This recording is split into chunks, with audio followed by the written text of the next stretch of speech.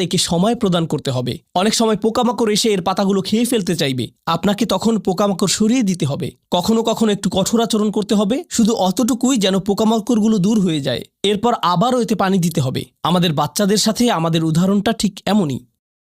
ঠিক এ কারণেই আমরা আমাদের মাতা পিতার জন্য এই দোয়াটা করি। আমি দোয়া করছি আল্লাহ যেন আমাদের সন্তানদেরকে হেদায়েত দান করেন, যা শুধু তার পক্ষেই দেয়া সম্ভব। দোয়া করছি আল্লাহ তাদের অন্তরে ইস্তিকামা প্রদান করুন, যেন তারা তাদের জীবনের সঠিক সিদ্ধান্ত নিতে পারে। আরও দোয়া করছি আল্লাহ তাদেরকে ইব্রাহিম আলাইহিসসালামের দোয়ার মতো করুন, যা তিনি আমাদের সবার জন্য করেছিলেন। রব্বি জাআলনি মুকিমাস সলাতি ওয়া মিন যুররিয়াতি, হে আমার রব, আমাকে সালাত কায়েমকারী বানান এবং আমার বংশধরদের মধ্য থেকেও। আল্লাহ তাআলা এখানে উপস্থিত পিতামাতাদেরকে, আমাকে সহ সবাইকে এমন দৃষ্টান্তে পরিণত করুন যে আল্লাহকে ভালোবাসে এবং যে নামাজকে ভালোবাসে, যেন আমাদের ছেলেমেয়েরা নামাজের প্রেমে পড়ে যায় আমরা যেভাবে নামাজকে ভালোবাসি তা দেখে। বারাকাল্লাহু লি ওয়া লাকুম ফিল কুরআনিল হাকিম ওয়া নাফা'নি ওয়া ইয়্যাকুম বিল আয়াতি ওয়াজ যিকরিল হাকিম।